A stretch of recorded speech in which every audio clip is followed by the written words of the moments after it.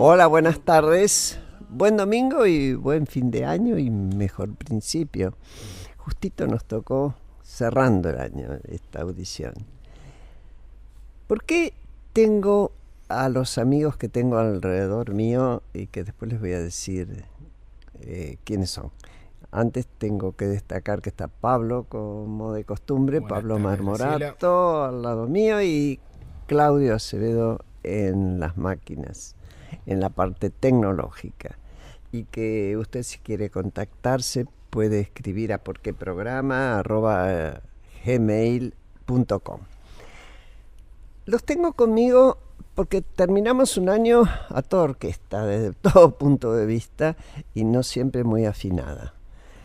Más bien en algunos lugares bastante desafinada. Habíamos tenido unas elecciones tranquilas con el episodio de la desaparición de Maldonado hasta que se transformó en una muerte desgraciada por accidente.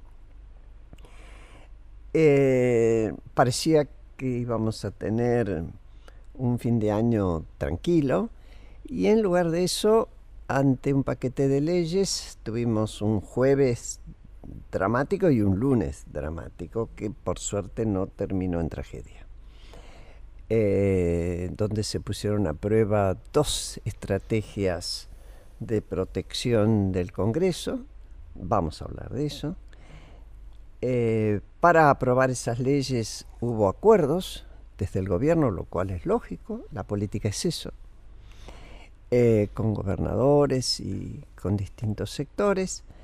Esos acuerdos económicos han promovido un debate grande, sobre todo la modificación de la ley previsional, y, como decía recién, cuando se ponen a prueba dos formas de contener la ira y la violencia en el Congreso, estamos hablando de qué pasa con nuestras fuerzas de seguridad y qué está pasando con nuestras instituciones, incluyendo en esto, cómo no hay reclamos por la muerte de Rafael Nahuel, el muchacho muerto en el lago Mascardi. De todo esto vamos a charlar con Juan Yach, con Jesús Rodríguez y con Martín Bomer. Juan, ustedes ya lo conocen, es sociólogo, recibido en la Universidad Católica y economista, recibido en la Universidad de Buenos Aires, fue ministro de Educación de la Nación, le interesa mucho el tema, por cierto, entre otros cargos públicos, y hoy es profesor del Instituto Argentino de la empresa Universidad Austral.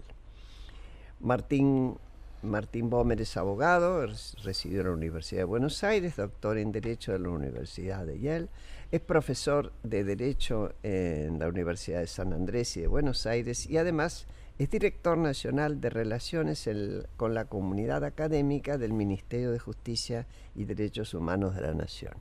Y Jesús Rodríguez es economista, egresado de la Universidad de Buenos Aires, fue diputado nacional, fue también ministro de Economía de la Nación, muy joven, muy joven, fue heroico lo suyo, realmente, siempre se lo dije. Y en la actualidad es auditor general de la Nación y vicepresidente de la Internacional Socialista. Con estos tres amigos, los temas ya están largados, empiece aquel que quiera, el que se sienta inspirado. Se miran. Me miran. Se miran. Bueno, Jesús dice, ¿por qué me miras? Dale, Jesús. tuvimos elecciones, como Sí. vos dijiste, que se sucedieron y se desarrollaron con absoluta normalidad.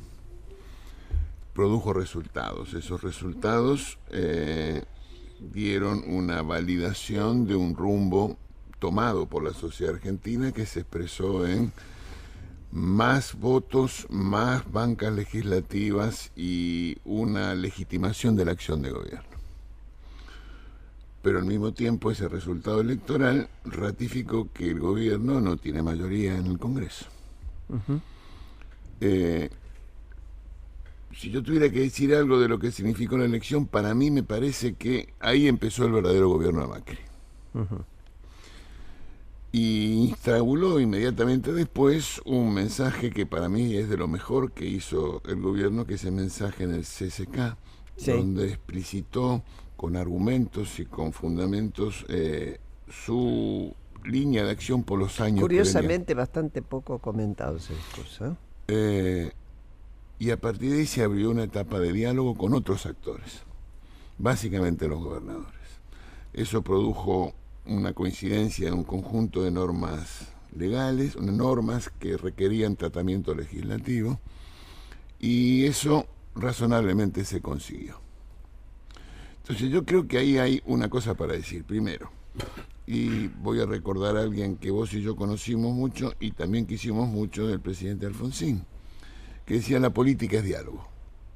Y es una gran noticia que no solo el gobierno, sino dirigentes de la oposición hayan aceptado esa realidad. Pero también la política es docencia, decía Alfonsín. Y aquí nos está faltando cosas. Sí.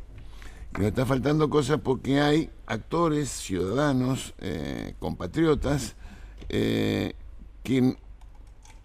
están insatisfechos con el funcionamiento del sistema democrático y tienen razones para ello, que creen que este camino no nos lleva a una solución y posiblemente tengan puntos de vista que podamos coincidir. Pero creo que hay actores políticos con capacidad de veto social que tienen una visión que, porque todo lo que pasó en estos días del Congreso que vos señalabas, la coincidencia en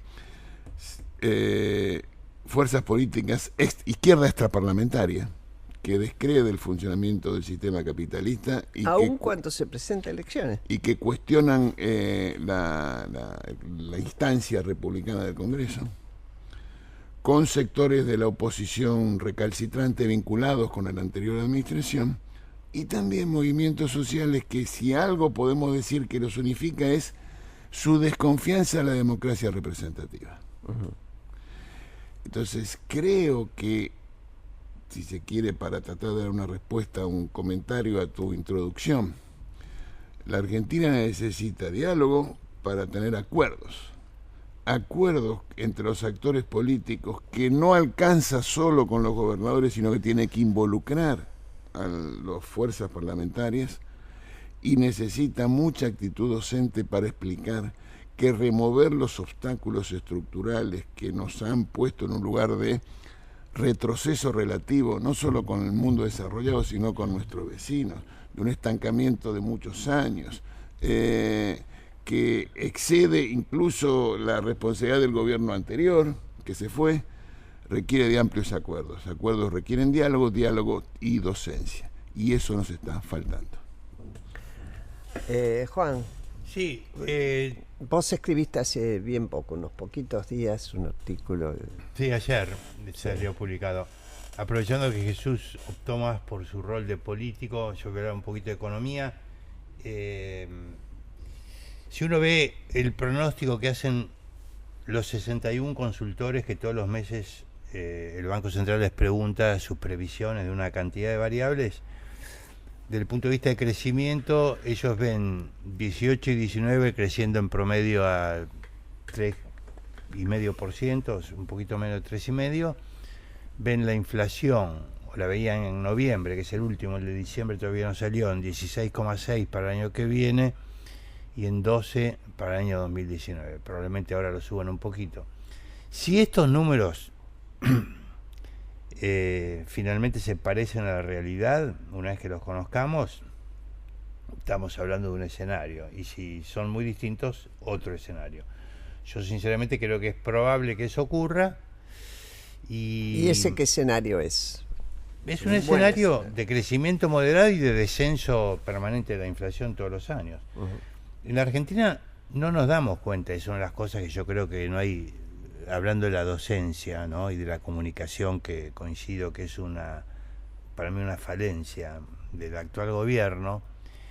No nos damos cuenta porque nos parece normal una inflación del 23-24%, que es la tercera en el mundo, y que Argentina eligió este camino de la inflación en 1945, hace 72 años, que todos los planes de estabilización fracasaron, y que ese es uno de los factores que han llevado a un crecimiento muy, muy pobre, que es la causa última de la pobre creación de empleos y de la pobreza y de la mala distribución del ingreso. Entonces, eso no se valora lo suficiente. Creo que también hubo un error del gobierno en cuanto a no plantear el inventario de la herencia muy claramente al principio. Después en el discurso de inauguración legislativa del 1 de marzo del 2016, el presidente Macri dijo algo, pero no hubo en ningún momento, ni todavía ahora, una conciencia cabal de la magnitud del desastre heredado en materia fiscal, en materia de inversión. La inversión en la Argentina que quedó del actual gobierno era el número 130 entre 150 países, y si uno ve los 20 a los cuales superamos, es un caso, digamos, realmente que da casi pánico, ¿no? En fin, eso fue un error no blanquearlo de entrada, porque era muy, muy importante que la población tomara conciencia de esta realidad. Y bueno, yo creo que el camino que se ha emprendido es muy polémico, hay errores, pero se está empezando un camino de crecimiento y se está bajando la inflación.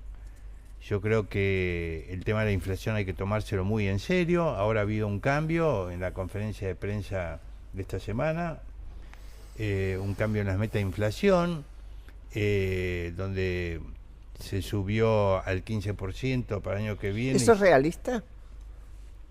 ¿A tu criterio?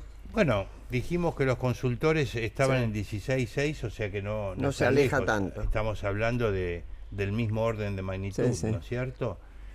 No va a ser fácil porque hay incrementos de tarifas, que todos sabemos que es una de las peores herencias. Acá se llegó a subsidiar con 4% del Producto Interno Bruto a las tarifas de servicios públicos, de los cuales la mitad iban a sectores pudientes. Ese populismo de clase media todos, increíble. los que estamos sentados en esta mesa. Sí, yo todavía sigo pagando tarifas de electricidad, ¿no? Que me da vergüenza contarlas, me da vergüenza. Creo que son 150 pesos por mes. En un departamento bueno, en la zona de Palermo, digo, tampoco este gobierno ni siquiera cuenta sus aciertos. Por ejemplo, este tema del recorte a los sectores pudientes, que se extendió en dólar futuro, se recostaron como 40.000 millones de pesos, en dólar turista 30.000 millones, en dólar ahorros 30.000 millones. Todos eran subsidios que se dieron durante los últimos años del kirchnerismo, y que este gobierno hasta tiene vergüenza de exhibir, y entonces se puede decir casi cualquier cosa, que este es un gobierno de los ricos. La verdad que los ricos hoy están enojados, muy castigados por este gobierno. Y bueno, se dice, pero le bajaron las retenciones. Las retenciones es una suma muchísimo menor que la suma de lo que yo acabo de mencionar, y además tienen un sentido productivo, de aumentar la producción de lo poco que nosotros estamos en condiciones competitivas de exportar. En fin, yo creo que hay muchos problemas, que el rumbo es correcto y que hay que mejorar también varios aspectos, y coincido totalmente en la nota que se publicó ayer en La Nación. Se llama Moderación y Diálogo para el Crecimiento. O sea, que yo coincido mucho con el enfoque inicial de Jesús en este sentido, que él marcó los dos aspectos, sobre todo este segundo. El gobierno, los diálogos que ha iniciado con los gobernadores son importantes. También los diálogos sectoriales, donde ha habido algunos éxitos, por ejemplo en el caso de la industria automotriz, en el caso del sector petrolero, porque yo creo que tendría que estar en 30 sectores de economía, y que hay que acelerar un poco el paso, porque yo hubiera preferido inclusive intentar una concertación más amplia de un comienzo, más al estilo tradicional. Bueno, eso es opinable. El camino de los diálogos sectoriales me parece un buen camino. Perú, que es la estrella latinoamericana en materia de crecimiento, porque políticamente no es una buena semana para hablar de Perú.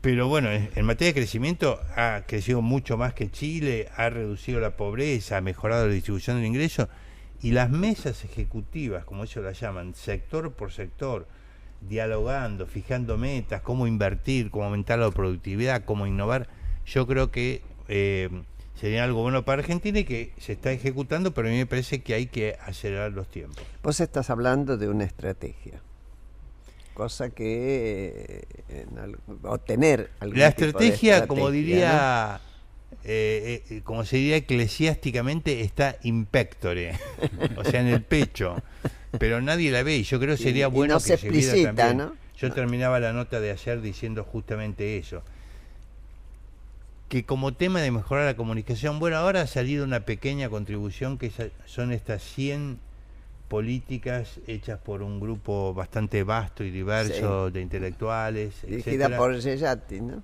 Dirigida por Eduardo de Villellati. Bueno, ahí ese tipo de cosas, porque hay una sensación de, bueno, ¿a dónde vamos? ¿Qué significa todo esto? La gente hace hasta esfuerzo por seguir creyendo, pero me parece que hay que alimentar esa creencia. Bueno, Martín. Bueno, en el medio de estas dos cosas, la cuestión institucional es el marco jurídico para que los acuerdos que tanto Jesús como Juan dijeron se cumplan. Porque los acuerdos en una democracia dejan una minoría derrotada. Y yo pondría el acento de mi lado, que si bien eso obviamente es fundamental armar mayorías en democracia, la pregunta es qué se hace con los que pierden. Y hay gente que pierde manteniendo los pies en el plato porque sabe que en algún momento le va a tocar. Y en la Argentina hay gente que pierde hace mucho tiempo suponiendo que nunca le va a tocar. Entonces, frente a eso, las democracias constitucionales tienen formas de imponer sus acuerdos mayoritarios. Uno espera que sean dialogados, uno espera que sea dentro de la ley, uno espera que cuando haya conflicto las cosas se terminen en una mediación comunitaria, un acuerdo entre amigos o en el barrio, si empieza a subir eventualmente ante un juez. Pero en algún momento, si la gente sigue insistiendo en que tiene que ganar aunque haya perdido, nosotros tendemos en la Argentina tiende a reaccionar con violencia.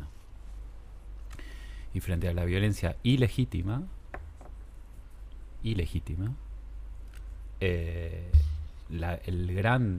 yo creo uno de los grandes déficits, que ya lo hablamos mucho tiempo, del progresismo liberal democrático, es cómo se construye un Estado de Derecho con instituciones que sean capaces de reprimir legítimamente. Esa palabra, ¿no? Reprimir. Por eso la uso, soy bastante provocador en el sentido de que... Te conozco, por eso te invité.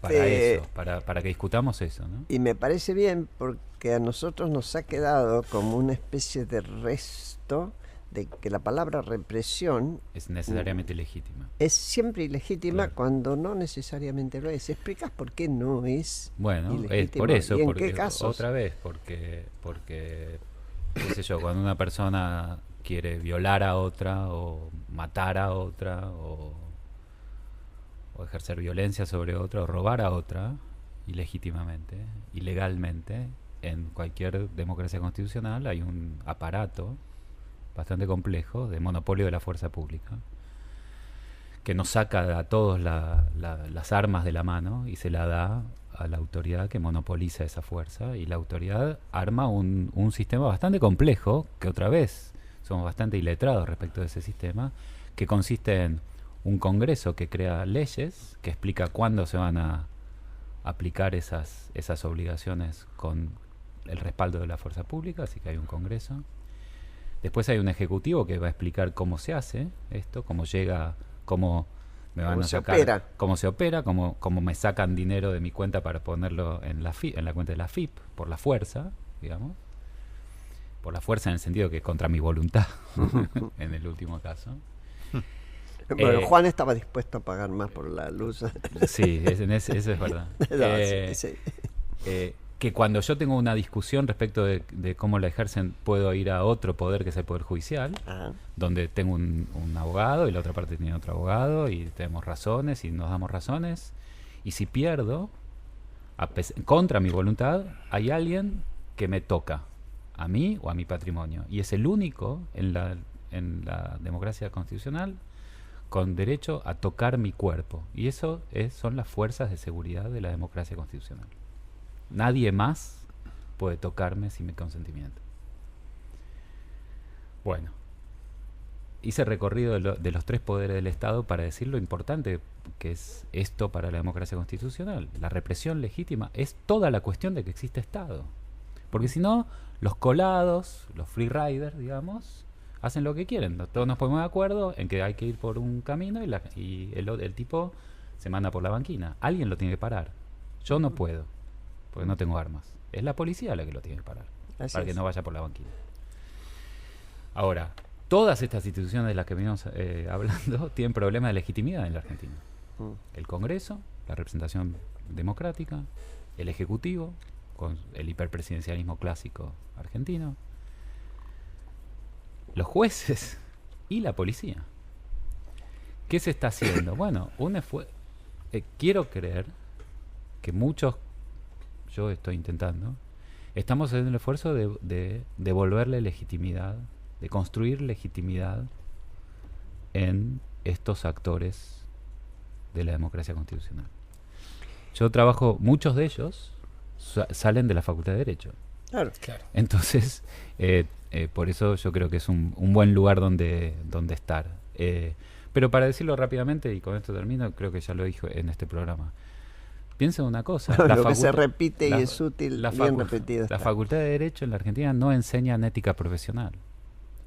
Los abogados y los jueces tenemos un código de ética, los abogados en particular, al que estamos obligados, para no chicanear, para no mentir, no está ni la materia. Ahora lo estamos cambiando, pero piensen que en 30 y pico de años de democracia, todo el aparato judicial del Estado, que tiene el monopolio del acceso a la justicia y de la construcción de justicia judicial, no tiene conciencia de cuál es su ethos en una democracia constitucional, para no hablar de la policía y de la fuerza de seguridad. Así que esta es la construcción en la que tenemos que estar. Yo resumiría un poquito lo que por ahora dijeron los 3, y ya te doy la palabra a Juan, en este esfuerzo de construir confianza. Claro. Porque se habló de que hay una desconfianza, y entonces, ¿cómo hacemos en las diferencias, y que a veces son muchas, y los intereses contrapuestos, en construir confianza? Sigamos, Juan. Sí, no, me inspiró lo que decía Martín en un tema que me viene preocupando a mí hace mucho tiempo, y que es la muy baja y de baja calidad también presencia de la formación ciudadana en la escuela secundaria, por ejemplo. Totalmente.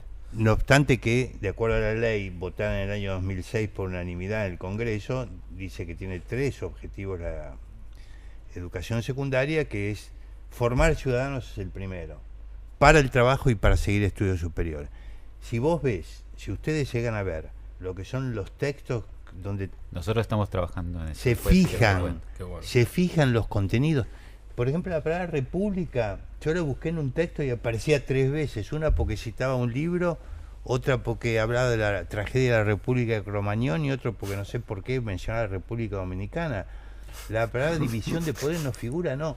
Yo te digo, este es un tema muy importante, porque acopla perfectamente con lo que estaba diciendo Martín en torno al caso particular de la idea de la represión, pero acá son cosas mucho más amplias, en el sentido de cómo funciona la Constitución en la Argentina, y cuál es la Constitución y qué establece la Constitución. Quería compartir esta inquietud porque hace tiempo que me viene, y me alegro, Martín, que vos digas que están... Sí, hay un programa del Ministerio de Justicia que se llama Justo Vos, que la idea es que además de la justicia judicial, la justicia está en todos nosotros, digamos. Lógico, esa es la cuestión. Claro. Y estamos repasando estos programas que vos decís con mucha alarma, y estamos trabajando con algunos ministerios de educación de las provincias para ver qué se puede hacer. Yo creo que es importantísimo eso. Sí, a mí enseguida Sí. a mí me han convocado varias veces a hablar de derechos humanos y últimamente cada vez insisto más que en realidad el tema de los derechos humanos, si logramos desprender que se fijan exclusivamente en lo que nos pasó en los 70, la tragedia, si logramos entender que es algo permanente, es construcción de ciudadanía. Totalmente. Es el título de la materia. Claro, ese debería ser el título. Construcción de ciudadanía. Yo ahora pasamos enseguida la tanda y vos vas a tener la palabra, Jesús. Gracias.